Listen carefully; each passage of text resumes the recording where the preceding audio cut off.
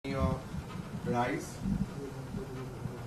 ডিব্ৰুগড়ত মোৰ লগত উপস্থিত অসম চৰকাৰৰ ৰাজহ মন্ত্ৰী কেশৱ মহন্ত ডাঙৰীয়া, ৰূপান্তৰ আৰু উন্নয়ন বিভাগৰ সন্মানীয় মন্ত্ৰী ৰামেশ্বৰ তেলী ডাঙৰীয়া, সন্মানীয় বিধায়ক প্ৰশান্ত ফুকন ডাঙৰীয়া, বিনোদ হাজৰিকা ডাঙৰীয়া, আমাৰ মাজত উপস্থিত সন্মানীয় বিধায়ক ৰূপক শৰ্মা ডাঙৰীয়া, সঞ্জয় কিষাণকে আদি কৰি গুৱাহাটীত মুখ্য সচিব ডাঙৰীয়াৰ নেতৃত্বত উপস্থিত চৰকাৰৰ বিষয়াসকল আৰু জিলা আয়ুক্তসকল, আজি আমি চৰাইদেউ, শিৱসাগৰ, গোলাঘাট আৰু যোৰহাট জিলাৰ বানাক্ৰান্ত ৰাইজক কিঞ্চিত সহায় কৰাৰ বাবে ইয়াত সমবেত হৈছোঁ।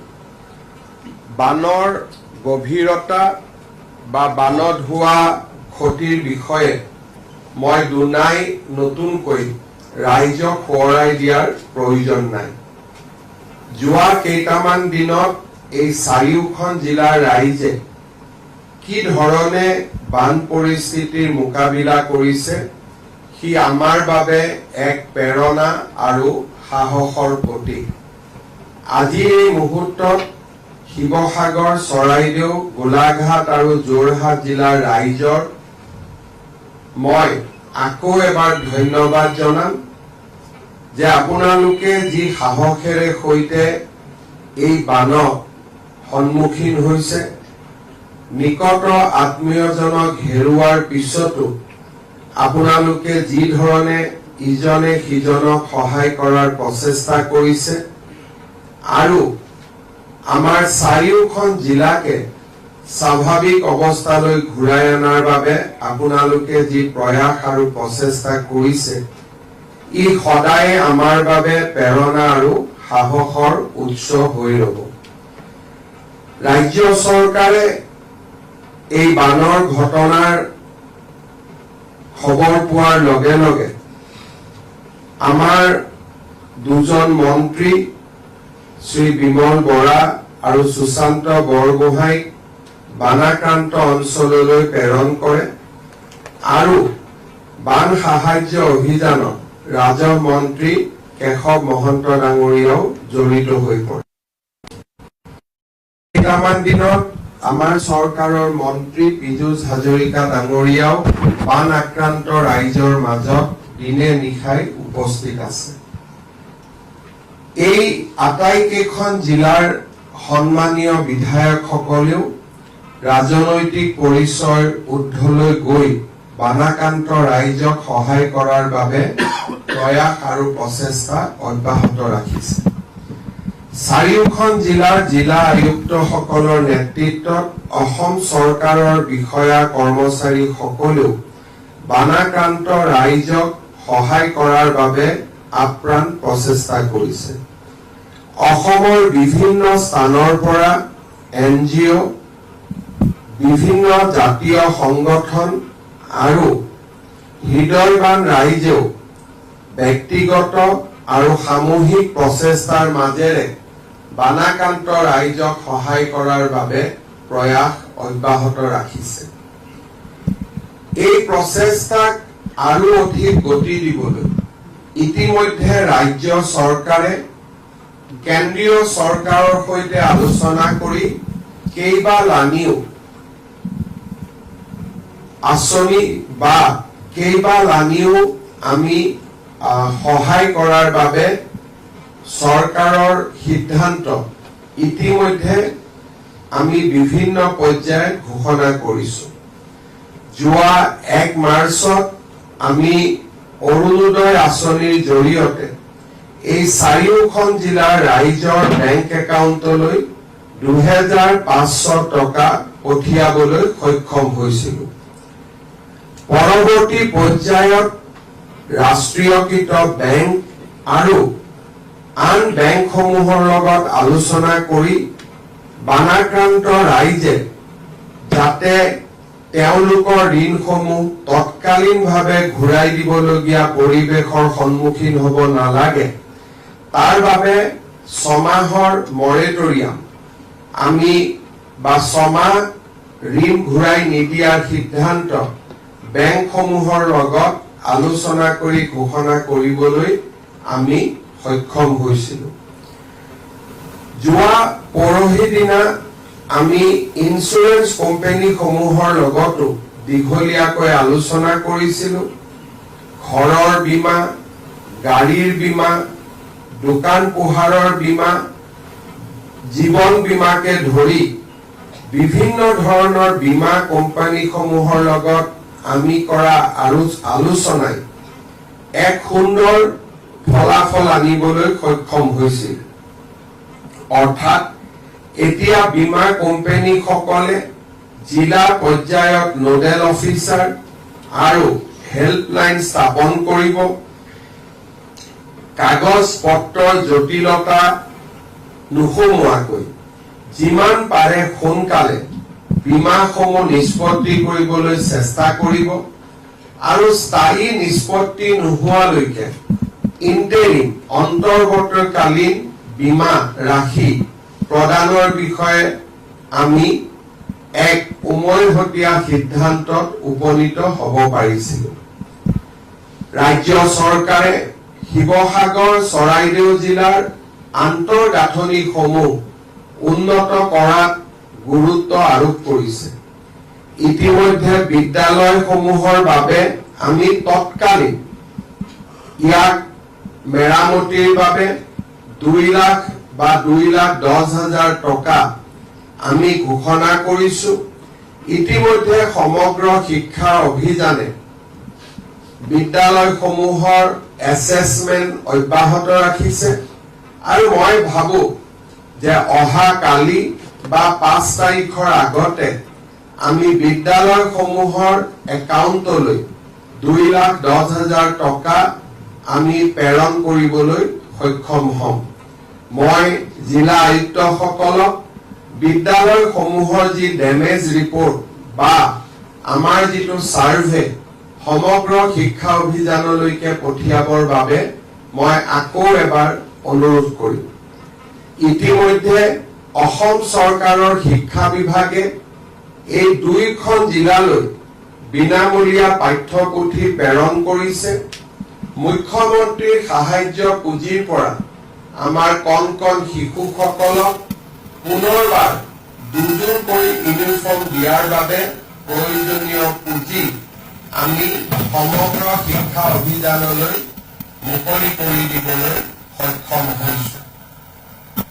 আজি আমি আৰু কেইবাটাও আমাৰ এই যি এটা আমি মিছন লৈছো বা আমি শিৱসাগৰ চৰাইদেউ জিলাৰ ৰাইজৰ লগত বিপদৰ সময়ত থিয় হৈ থাকিবলৈ আমি যি সিদ্ধান্ত লৈছো তাৰ লগত সংগতি ৰাখি আমি আৰু কেইবাটাও কাম বা কেইবাটাও কৰ্মসূচী ৰূপায়ণ কৰিব বিচাৰিছো। ভাদ মাহৰ নাম প্ৰসংগ অসমৰ আধ্যাত্মিক জীৱনৰ এক এৰাব নোৱাৰা অংগ। ইতিমধ্যে বানে বিধ্বস্ত কৰি থৈ যোৱা আমাৰ নামঘৰসমূহলৈ আমি 1.5 লাখকৈ টকা আগবঢ়াবলৈ সিদ্ধান্ত লৈছো।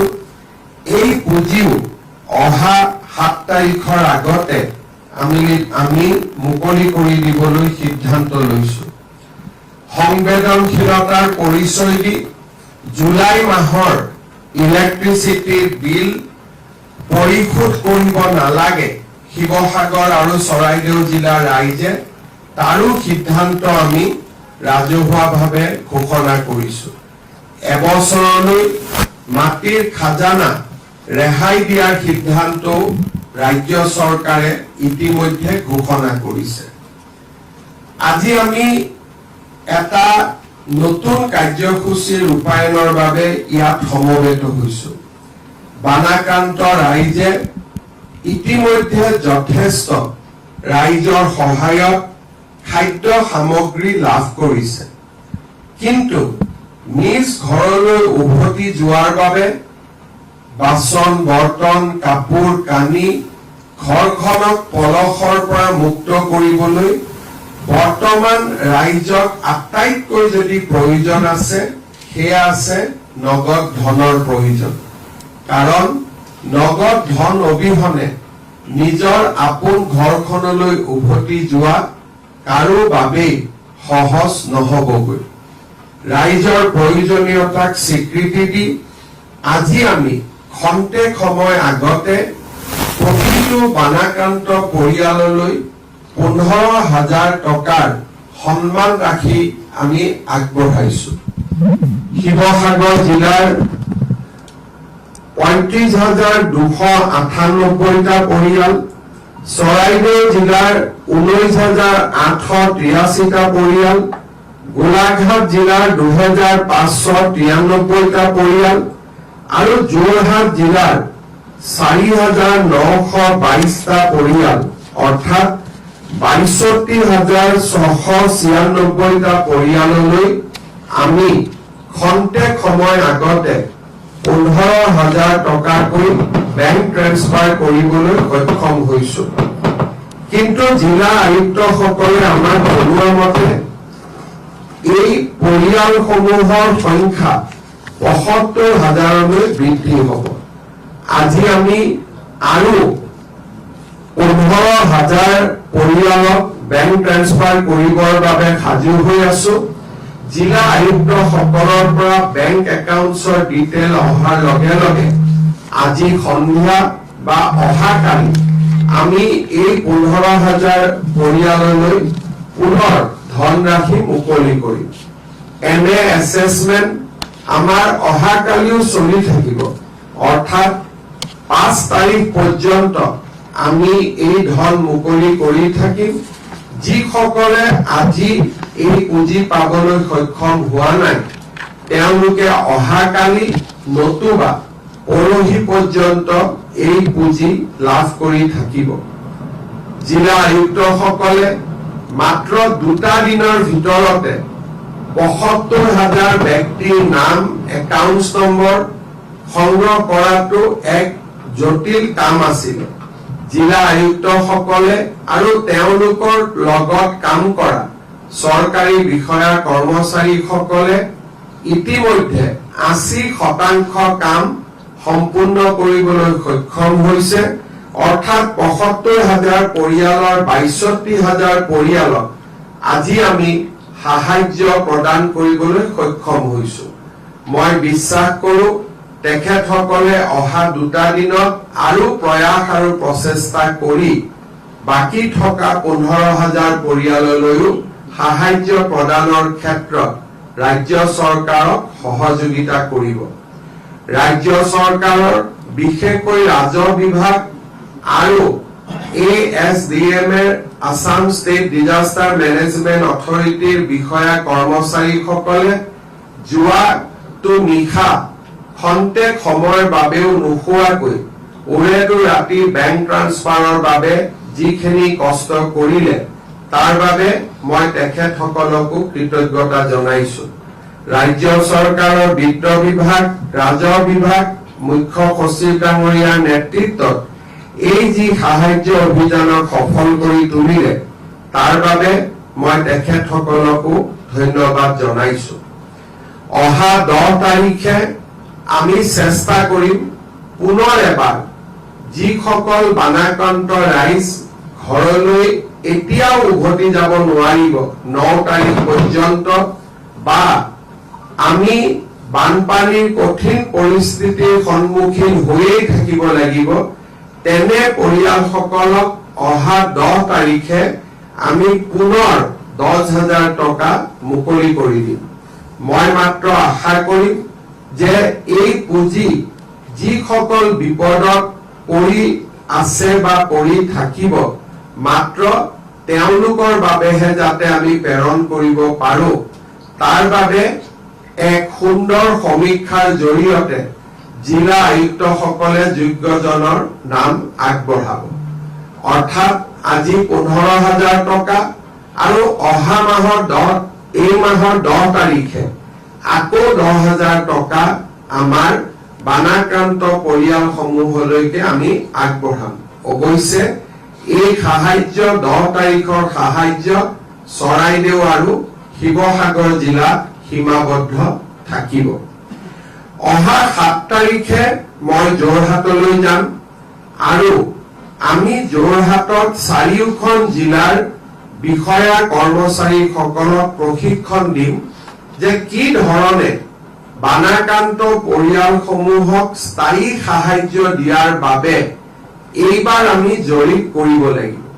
সাধাৰণতে চৰকাৰী জৰীপ প্ৰায় 6 মাহৰ পৰা 9 মাহ পৰ্যন্ত চলি থাকে। এইবাৰৰ বানপানীৰ ক্ষতিপূৰণ অহাবাৰ বানপানী হোৱাৰ প্ৰাক মুহূৰ্তত এইবাৰ এই ব্যৱস্থাক আমি পৰিৱৰ্তন কৰিব খুজিছো। কাৰণ আজি যি সমীক্ষা পোৱা যাব সেই সমীক্ষা 3 মাহ পিছত পোৱা নাযাব। ক্ষয় ক্ষতিৰ বুজ লোৱাৰ এই হৈছে আটাইতকৈ উপযুক্ত সময়। সেইবাবে 7 তাৰিখে আমি বিষয়াসকলৰ প্ৰশিক্ষণৰ ব্যৱস্থা কৰিম। 8 তাৰিখে জিলাসমূহত এই সমীক্ষাকাৰীসকলক বিষয়াসকলে তেওঁলোকৰ বাবে প্ৰয়োজনীয় প্ৰশিক্ষণ প্ৰদান কৰিব। 9 বা 10 তাৰিখৰ পৰা 4খন জিলাতে গোলাঘাট, যোৰহাট, শিৱসাগৰ, চৰাইদেউ জিলাত আমি স্থায়ী ক্ষতিৰ বুজ লোৱাৰ ব্যৱস্থা আমি আৰম্ভ কৰিম। আৰু মই বিশ্বাস কৰো যে 10 দিনৰ ভিতৰত এই সমীক্ষা আমি সম্পূৰ্ণ কৰিম। আগষ্ট মাহৰ ভিতৰতে স্থায়ী ক্ষতিৰ পুঁজি মুকলি কৰি দিয়াৰ বাবে আমি প্ৰচেষ্টা কৰিম। আৰু কিবা কাৰণত আগষ্ট মাহত সম্ভৱ নহলেও ছেপ্টেম্বৰ মাহৰ প্ৰথম সপ্তাহৰ ভিতৰতে এই স্থায়ী পুঁজি মুকলি কৰি দিয়াৰ বাবে আমি সিদ্ধান্ত লম। প্ৰধানমন্ত্ৰী ডাঙৰীয়াই আমাক আশ্বাস দিছে যে স্থায়ী ক্ষতিৰ সমীক্ষা হোৱাৰ লগে লগে আমাৰ যি স্থায়ী ক্ষতিৰ নৰ্মছ আছে সেই নৰ্মছ মতে যিমান প্ৰয়োজনীয় পুঁজি প্ৰয়োজন হয় ৰাজ্য চৰকাৰক সেই পুঁজি তেখেতে আমাক দিব। তেখেতৰ সাহস আৰু প্ৰেৰণাতে আমি এনে তৎকালীন জৰীপৰ ব্যৱস্থা হাতত ল'বলৈ সিদ্ধান্ত গ্ৰহণ কৰিছো। মই পুনৰ এবাৰ আজিৰ সভাত উপস্থিত সমূহ ৰাইজকে আকৌ এবাৰ মই ধন্যবাদ জনাইছো। চৰকাৰে কিমান চাউল, দালি, মিঠাতেল আদি যোগান ধৰিছে তাৰ আজি মই ইয়াত আপোনালোকক জনাব বিচৰা নাই। কাৰণ ৰাইজ আৰু চৰকাৰ সকলোৱে লগ লাগি ইতিমধ্যে খাদ্য সামগ্ৰীৰ এক ডাঙৰ প্ৰয়োজনীয়তা পূৰণ কৰিব পাৰিছে। আজি শিৱসাগৰ আৰু চৰাইদেউ জিলাত মোৰ ভ্ৰমণৰ সময়ত ইতিমধ্যে মৃত পৰিয়ালসকলে লাভ কৰা 4 লাখ টকাৰ উপৰিও এই মৃত পৰিয়ালসকলৰ নিকটতম আত্মীয়সকলক আগবঢ়াম।